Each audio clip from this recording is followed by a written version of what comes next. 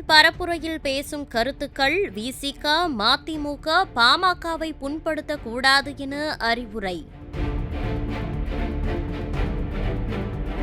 சொற்கள் கூரிய ஆயுதங்கள் என்பதை உணர்ந்து பேச கட்சியினருக்கு சீமான் வேண்டுகோள்.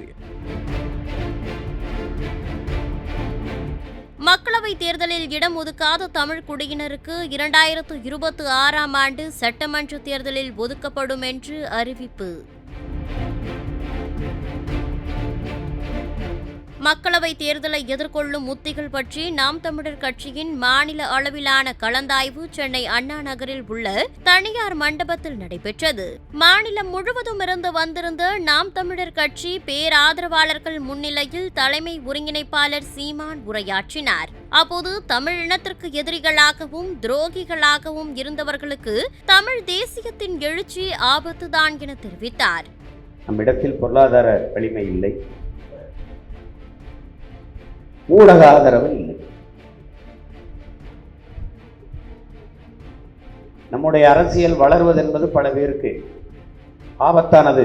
தமிழ் தேசியம் வளர்கிறது, அது ஆபத்து என்று வெளிப்படையாக பேசுவதையே நாம் எல்லாம் கேட்டிருக்கோம். உடனடியாக நமக்கு ஒரு கேள்வி எழும், அப்ப தமிழ் தேசிய வளர்ச்சி, அதன் வெற்றி என்பது ஆபத்து. யாருக்கு ஆபத்து என்ற கேள்வி எழுது. யாருக்கு ஆபத்து? இதுவரை ஊழல் செய்து, லஞ்சம் பெற்று, மண்ணை சுரண்டி, மலையை திருடி, மக்களின் நலத்தை பற்றி கவலைப்படாது, கேடுகட்ட, முறைகட்ட ஆட்சி நிர்வாகத்தை செய்தவர்களுக்கு, தமிழ் பேரினத்திற்கு எதிரிகளாகவும் துரோகிகளாகவும் இருந்தவர்களுக்கு தமிழ் தேசிய எழுச்சி, வளர்ச்சி, வெற்றி என்பது உண்மையிலேயே ஆபத்தானதுதான். ஒவ்வொரு பேச்சாளருக்கும் நாம் பேசுவது நம் உடன் பிறந்தாருக்கும் உறவினருக்கும் என்கிற எண்ணம் இருக்க வேண்டும் என்றும் சீமான் தெரிவித்துள்ளார். உடைந்த கண்ணாடி எப்படியோ அப்படியே பேசிய கருத்துக்களும் என்பதால் தவறான கருத்துக்களை பேசி சிறை செல்லும் நிலைக்கு வழிவகுத்துவிடக் கூடாது என்று கட்சியினரை கேட்டுக்கொண்டார். ஊடகத்தை அணுகுகிறவர்கள், ஊடகத்தில் இயங்குகிறவர்கள், வலையொலியில், இணையதளத்தில் பதிவிடுகிறவர்கள், பதிவேற்றுகிறவர்கள், பொது விவாதங்களுக்கு செல்கிறவர்கள், மேடைகளில் ஏறி பேசுகிறவர்கள், நான் உட்பட நாம் பேசுவது நம்மை பெற்றவர்களுக்கு, நம்ம உடன் பிறந்தவர்களுக்கு, நம் உறவினர்களுக்கு என்கிற எண்ணம் ஒவ்வொரு என் உடன் பிறந்தார்களுக்கும் இருக்கு. என் தம்பியோ தங்கச்சியோ என் அம்மாவோ அப்பாவோ, அதை பற்றி பிரச்சனை இல்லை, உங்க எல்லாருக்கும் இருக்கு. நீங்கள் எழுதுகிற எழுத்து, பதிவு செய்கிற ஒரு வார்த்தை ஒவ்வொன்றும் மிக கவனமானதாக இருக்கும். உடைந்த கண்ணாடி எப்படியோ அதுபோல நீங்க உதிர்த்துவிட்ட வார்த்தைகளும் பதிவிட்ட எழுத்துகளும் அப்படிதான். உடைந்த கண்ணாடி எப்படி கூர்மையான ஆயுதமா மாறி கிழிக்குமோ, அப்படி நீங்க பேசிவிட்ட வார்த்தைகளும், தவறான வார்த்தைகள், தவறான பதிவுகள் அதே மாதிரி காயத்தை ஏற்படும். தெரியாம செஞ்சுட்டேன்னு நான் செய்யல, யாரோ எழுதுனத முன்னகர்த்தினேன், அந்த விளக்கமெல்லாம் இங்க சமூகத்துல சட்டத்துக்கு முன்பு எடுபடுது. தெரியும், நம்ம ஒரு போக்கில் ஓடிக்கொண்டிருக்கோம், திடீர்னு ஒருவருக்கு சிறை வரும். என்னன்னா அவர் முகநூல்ல ஒரு பதிவிட்டாருன்னு வரும். அது அவசியமானதா? இல்லை. கட்சி பதிவிட சொல்றதா? இல்லை.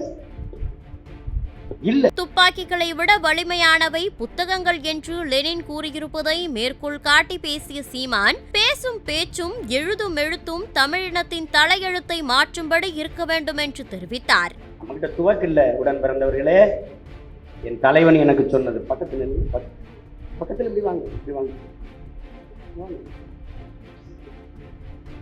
உங்க மாவம், நான் கம்யூனிஸ்ட், அவர் பார்வையில் நான் கம்யூனிஸ்ட் பெரியார் அப்படித்தானே. உங்க மாவம் என்ன சொல்றாரு? துப்பாக்கி முனையில் தான் அரசியல் அதிகாரம் பிறக்குதுங்கிறாரு. அப்படி நம்ம துப்பாக்கி முனையிலேயே நம்ம அரசியல் அதிகாரம் பிறக்கட்டும் அப்படின்னு சொல்லிட்டு அப்படி சுட்டுட்டு சொல்றாங்க, என் துவக்கிலிருந்து வர்ற தோட்டாவுக்கு என்ன வலிமை இருக்குதோ அது உங்க வாயிலிருந்து வர்ற ஒவ்வொரு வார்த்தைக்கும் இருக்கு.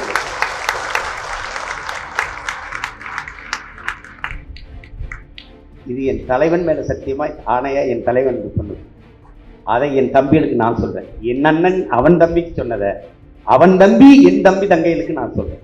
என் தாய் தந்தையர் எனக்கு முன்னாடி உறவுகள் சொல்றேன். உங்கள் வாயிலிருந்து வருகிற ஒவ்வொரு வார்த்தையும் தோட்டாவை விட வலிமையானது. புரட்சியாளர் லெனின் சொல்றான்ல, லெனின் என்ன சொல்றான்? போர்க்களத்தில் துப்பாக்கியை விடவும் வலிமையான ஆயுதம் புத்தகங்களேங்கிறான். சுரம்பர் தம்பி ஆயுதங்களை தயாரிக்கிறீங்களா? நிறைய பேர் என்னை சுற்றி ஒரு ஆயுதம் தான். என்னென்ன எப்படி சொல்றீங்க? ஆமா, லெனின் சொல்றாரு, போர்க்களத்தில் துப்பாக்கி விடவும் வலிமையான ஆயுதம் புத்தகங்கள் தானே. அப்ப இது பூரா ஆயுதம் தான். விடுதலை சிறுத்தைகள் மதிமுக, பாமக ஆகியவற்றை கடுமையாக விமர்சிக்க வேண்டாம் என்றும் அதற்காகத்தான் கட்சி தொடங்கவில்லை என்றும் அத்தகைய எண்ணத்தில் இருப்பவர்கள் வெளியேறிவிடலாம் என்றும் நாம் தமிழர் கட்சியினரை சீமான் கேட்டுக்கொண்டுள்ளார். இதனால என் அன்பிற்குரியவர்கள், அருமை உடன் பிறந்தார்கள், உங்கள் எழுத்தும் பேச்சும் மிகுந்த கவனத்துக்குரியதார். அடித்த வார்த்தைகளை தவிருங்கள். பிறரை விமர்சிக்க வேண்டியது இருந்தால் கண்ணீத்தோடு அழைத்து மதிப்பிற்குரிய ஐயா அவர்கள், பெருந்தகை அவர்கள், போற்றத்தக்க அவர்கள் ஏன் இப்படி செய்தார்கள் என்று சொல்லுங்கள். எல்லாவற்றையும் தேவையில்லாத பேசிக்கொண்டு கூடாது. எதிரி யாரு நண்பர் யாருன்னு முடிவு பண்ணிக்கணும். நீ தேவையில்லாம பேசக்கூடாது. நீ எதிரியை தீர்மானிக்கமே எங்களத்துக்கு வந்த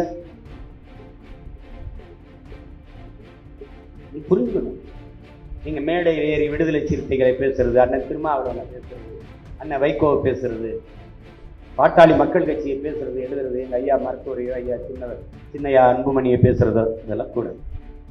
இவர்களை எதிர்க்க நீ கட்சி ஆரம்பிச்சா நீ நினைச்சினா கட்சி விட்டு போயிட்டே இருக்கு. அவர்களுக்கு எதிராக அந்த கட்சி தொடங்கப்படலை. அந்த கோட்பாட்டு தத்துவத்தை ஏற்று வரலை. அதுக்கு எதிராக இது தொடங்கப்படலை. அப்படி வரல. இது எதிரி யாருன்னு தெரிஞ்சுதான் இது களத்துக்கே வந்திருக்கு. இந்த அரசியல் இயக்கம் பேசவே கூடாது. அவர்கள் விமர்சிக்கிறார், அதான் அதை விட்டுங்க. அவர்கள் விமர்ச தாங்கிக்க. விமர்சனங்களை தாங்க முடியாதவன் விரும்பியதை அடைய முடியாது. அவதூறுகளை கடக்க தெரியாதவன் அற்ப வெற்றியை கூட கூடாது. கூழை கும்பிடு போடுதல், கண்டவர்களின் காலில் விழுதல், 2-3 சீட்டிற்கு திருவோடு ஏந்தி தெருவில் திரிவது இது நமது பண்பாக இருக்கக்கூடாது என்றும் 40 நமது என்பதே நமது நோக்கமாக இருக்க வேண்டும் என்றும் தெரிவித்துள்ளார். கூழை கும்பிடு போடுறது, கண்ட நாய்கிட்ட காலில் விடுகிறது, 2 சீட்டு 3 சீட்டுக்கு திருவோடு ஏந்தி தெருவில் திரிகிறது, இதுவா நாடு என்னதுரா? 40 சீட்டு என்னதுரா? அப்படி திமிரு தனிச்சு நிக்கிறதுனால தான் 20 பெண்கள் 20 ஆண்கள். மற்றவெல்லாம் சொல்லுவான் என் கட்சி இனத்துக்கான கட்சி, அதனால எல்லாருக்கும் பிரதிநிதித்துவம், குடிவாரி கணக்கெடுப்பு எடுன்ற நம்ம வலியுறுத்துறோம். மற்றவர்கள் அதை கவனிக்க மாட்டாங்க. கோனாருக்கு கொடுக்கப்பட்டிருக்கா, பிள்ளைமாருக்கு சிகடா இருக்கா, உடையா இருக்கா, முத்திரை இருக்கா, அதை பத்தி கவலை இல்லை. ஆனா நம்ம கொடுத்தாகணும். அதுலேயே குறவர் இல்லை, குயவர் இல்லை, வண்ணார் இல்லை, ஆதி தமிழ் குடிகள், முடிதிருத்துற மருத்துவர் குலம் இல்லை, அவங்களுக்கு கொடுக்க முடியல. அப்ப 216 226 2026 சரி பண்ண. ஆனா இப்ப இதுதான் முடியுது. அண்ணன் யாருக்கோ சீட்டு யாருக்கோ கொடுக்கலப்பா, உன் அக்கா உன் தங்கச்சி தான் கொடுக்குது, உன் அண்ணன் மாமச்சினுக்கு தான் கொடுக்குது, எவனுக்கும் இல்லை. நான் ஆப்கானிஸ்தான்ல இருந்து ஆப்பிரிக்காவில இருந்து கொண்டு வந்து இறக்கல. இந்த மாவட்டத்தில் ஆள்லையா? இல்ல இல்ல. நீ வேட்பாளர்ல ஒருத்த நான் நிறுத்துற வேட்பாளர்ல இவனுக்கு தகுதி இல்லைன்னு சொல்றான். நான் ஆட்டத்தை விட்டு விளைக்கிறேன். தகுதி வாய்ந்த பிள்ளைகளை தேர்வு செய்து கொண்டு நிறுத்துறதுக்கு அவ்வளவு யோசிக்க வேண்டியது. சமூக பிரதிநிதித்துவம் பார்க்கணும், கல்வி தகுதி பார்க்கணும், பெண்களுக்கு கல்வி தகுதி இருக்கு, சமூக பிரதிநிதித்துவம் இருக்கு. ஆனா நிக்க பயப்படுறாங்க. போர்க்களத்தில் புகுந்து பல ஆயிரக்கணக்கில் நம் தங்கைகள் உயிரை கொடுத்தார்கள் கூட தெரியாம நம்ம பிள்ளைகள் இன்னும் வந்து வீதிக்கு வர பேச பயப்படுறாங்க.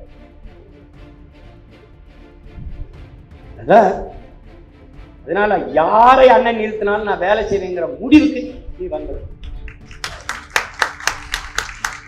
பாஜகவின் பி டீம் என்று கூறி நாம் தமிழருக்கு விழ வேண்டிய வாக்குகளை பிரிக்கும் போக்கை திமுக செய்து வருவதாகவும் மத்திய அரசின் கீழ் செயல்படும் தேசிய புலனாய்வு முகமை நாம் தமிழர் கட்சியினரின் வீடுகளிலும் சோதனையிட்டு விசாரணையும் நடத்தியுள்ளதன் மூலம் அந்த பழி துடைத்தெறியப்பட்டுள்ளதாகவும் சீமான் தெரிவித்துள்ளார்.